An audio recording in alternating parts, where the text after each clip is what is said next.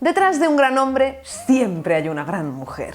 Eso dicen, ¿no? Mira, si por cada hombre que ha destacado por méritos propios tuviéramos que contar a todas esas mujeres que por muchos méritos que acumularan no han destacado ni siquiera un poquito, yo diría que así a ojo saldríamos a unas 2000 mujeres detrás de cada hombre, más o menos. Hola, yo soy Irene Rodrigo y en este vídeo me gustaría hablarte de algunas mujeres que han sido invisibilizadas a lo largo de la historia y que solo ahora, a duras penas, empezamos a reivindicar. Es posible que estés hasta la coronilla de este tema y que ahora mismo estés pensando: aquí está otra vez la pesada de turno machacando con el tema de lo injusto que ha sido el patriarcado con las mujeres, de todo el talento que se ha perdido y se ha malgastado, etcétera, etcétera. Y a esto yo te voy a responder: pues mira, sí, la pesada de turno ha llegado. ¿Qué pasa? Por un lado, después de siglos y siglos en los que a las mujeres no se nos ha hecho ni puñetero caso y además se nos ha visto únicamente como objetos sexuales y escobas con patas, creo que no está de más que intentemos recuperar el tiempo y las oportunidades que se nos han negado y lo hagamos reivindicándonos a nosotras mismas. Y por otro lado, si de verdad crees que soy una pesada por hablarte de una de las grandes injusticias de la historia,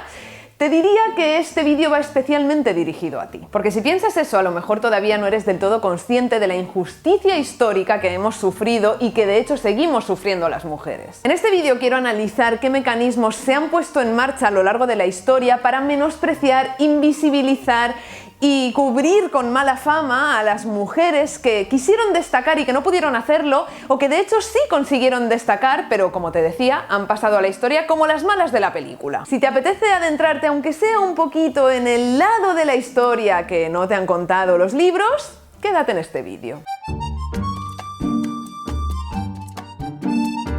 ¿Tú te has fijado en que cuando un hombre accede a un puesto laboral de mucha responsabilidad es porque se lo ha currado, se lo ha trabajado, se ha esforzado como el que más, pero cuando es una mujer quien llega hasta ahí, ¿es porque algo turbio habrá hecho? No te engañes, porque esta suposición que echa por tierra el talento y el esfuerzo de tantas mujeres no nació en los años 60 del siglo pasado, cuando las primeras Peggy Olson llegaban a esos puestos de trabajo tradicionalmente ocupados por hombres y de forma inmediata todo el mundo empezaba a sospechar de ellas. No, en realidad, mal pensar de las mujeres que acceden o que tratan de acceder a puestos de mucha responsabilidad es algo que se ha hecho a lo largo de toda la historia, y no solo lo han hecho los contemporáneos de esas mujeres, sino también y especialmente las personas que han venido después. Piensa, por ejemplo, en Cleopatra. ¿Qué has oído sobre ella?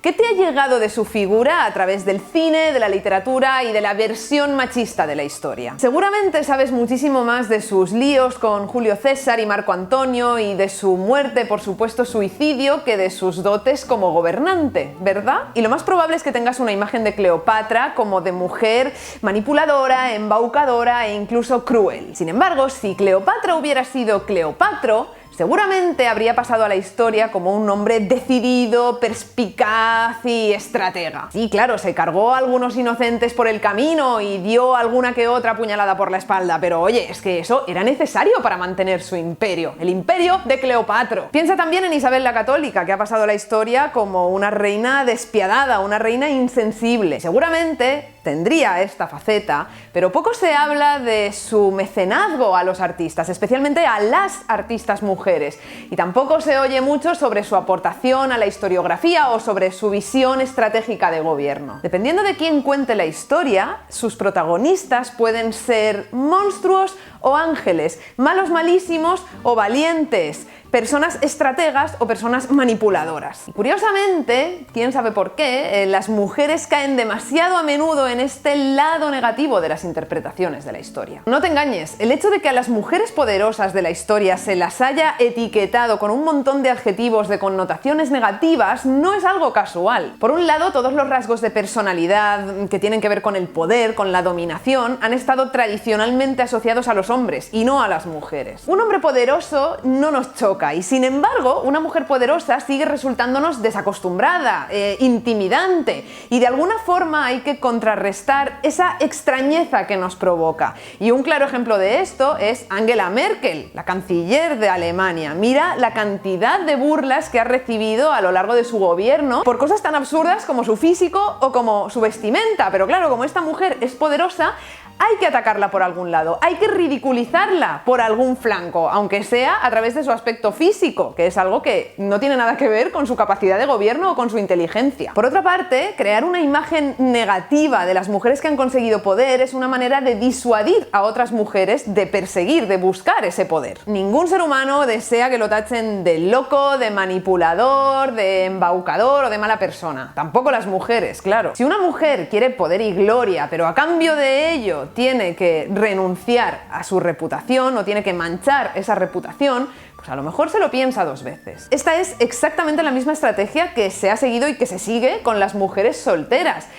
Inmediatamente las tachamos de solteronas, creamos esta imagen de la mujer amargada y rodeada de los gatos que se la están comiendo viva prácticamente, y así nos aseguramos de que todas las mujeres se espanten ante esa posibilidad de su destino, se casen con el primer idiota que ven pasar por la calle y así dediquen toda su vida a cocinar para él, a limpiarle la casa y a tenerlo contento, a tener contento a un hombre en vez de a ellas mismas. La táctica es la siguiente: no os flipéis, mujeres, porque como salgáis del guión que hemos preparado para vosotras, vais a pasar a la historia como las amargadas y como las malas de la película.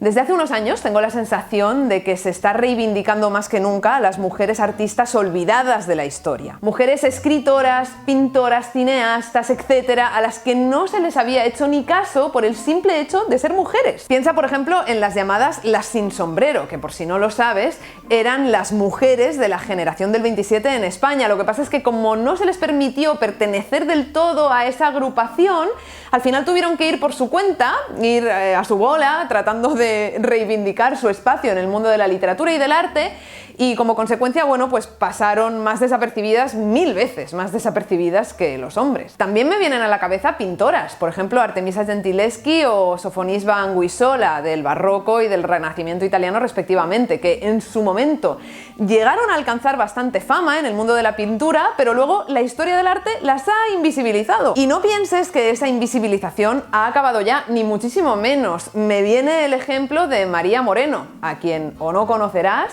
o te sonará porque es la mujer del pintor hiperrealista archiconocido y prestigioso Antonio López. Aquí la pregunta es: ¿por qué Antonio López ha tenido tantísima fama y María Moreno, siendo una pintora tan excelente como él, prácticamente no es conocida? ¿Por qué destacó Lorca y no Concha Méndez? ¿O por qué destacó Caravaggio y no Artemisia Gentileschi? ¿Es siempre una cuestión de calidad de la obra, como nos han contado? ¿O hay otros motivos? Obviamente, en toda corriente artística siempre va a haber unas personas que lo hagan mejor que otras, eso es así.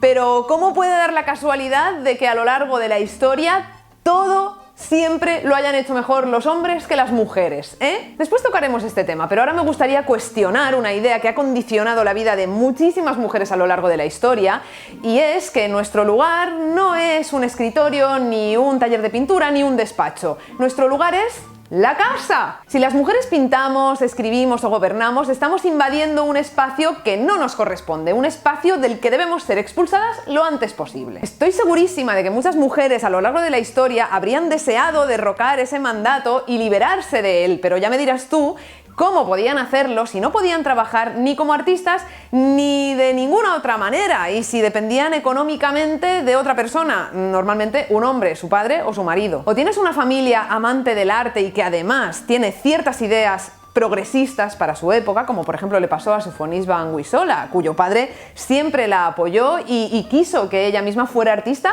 y que se ganara la vida por sí misma. Pero o tienes esa bendita suerte o lo tienes muy complicado para salir de esa cárcel. Virginia Woolf lo explica fantásticamente en su ensayo Una habitación propia. Ella dice que las mujeres, en primer lugar, antes de ni siquiera coger el boli o el pincel y ponerse a crear algo por ellas mismas, tienen que disponer de una habitación propia, de un espacio privado en el que nadie las moleste y del que sean reinas y soberanas, y en segundo lugar, dinero, o sea, su propio dinero, porque el dinero al final se traduce en tiempo y en independencia. Y luego Virginia Woolf también dice que en algunas familias, por muy amantes del arte que fueran esas familias e incluso tuvieran ideas bastante progresistas, muchas mujeres no han podido prosperar como artistas ni como trabajadoras independientes porque a sus padres, sobre todo al padre, le podía parecer maravilloso que la niña tocara el piano o que en sus ratos libres cogiera el pincel y se pusiera a pintar óleos. Pero a lo mejor ya no le parecía tan bien que dedicara su vida a eso, que hiciera de esa afición su modo de vida, su fuente de recursos, de ingresos. Mientras las mujeres se dedicaran al arte por placer, estaba fantástico y eso quedaba súper bien luego en las reuniones sociales porque, pues eso, la niña coge y se pone a tocar el violín y deja a todos boquiabiertos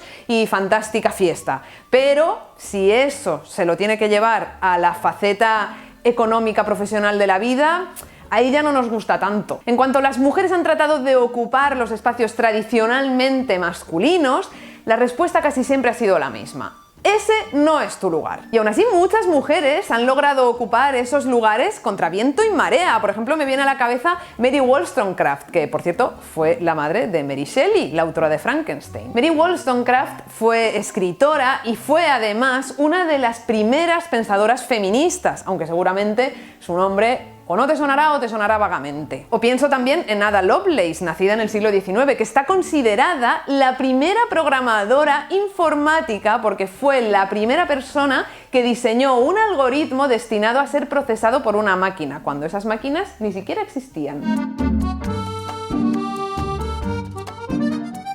Recuerdo cuando me di cuenta hace apenas unos años de que apenas leía libros escritos por mujeres. Yo, una mujer joven, nacida en los años 90 y educada en un ambiente de igualdad, rechazaba de forma muy inconsciente las obras escritas por mujeres porque creía, también de forma inconsciente, que las escritas por hombres eran muchísimo mejores, tenían mucho más que aportar a mi vida. Esto de pensar que los hombres escriben mucho mejor que las mujeres y que tienen mejores ideas, como te digo, no era una creencia consciente, pero a la hora de la verdad me estaba condicionando, me estaba guiando a la hora de elegir las lecturas que yo quería hacer en cada momento. Ya sabes que recientemente ha habido una polémica con el Premio Planeta, con Carmen Mola, porque bueno, después de haber ganado la supuesta Carmen Mola este premio, se ha sabido que detrás de este seudónimo no había una mujer profesora de universidad, como siempre se había dicho, sino que estaban estos tres hombres: Antonio Mercero, Agustín Martínez y Jorge Díaz. Pues bien, durante los días que siguieron a la polémica, yo estuve navegando en redes buscando opiniones de gente diversa y me encontré con comentarios en YouTube de este calibre. Atención, sigo pensando que los mejores libros los han escrito varones y que los mejores libros seguirán haciéndolos varones.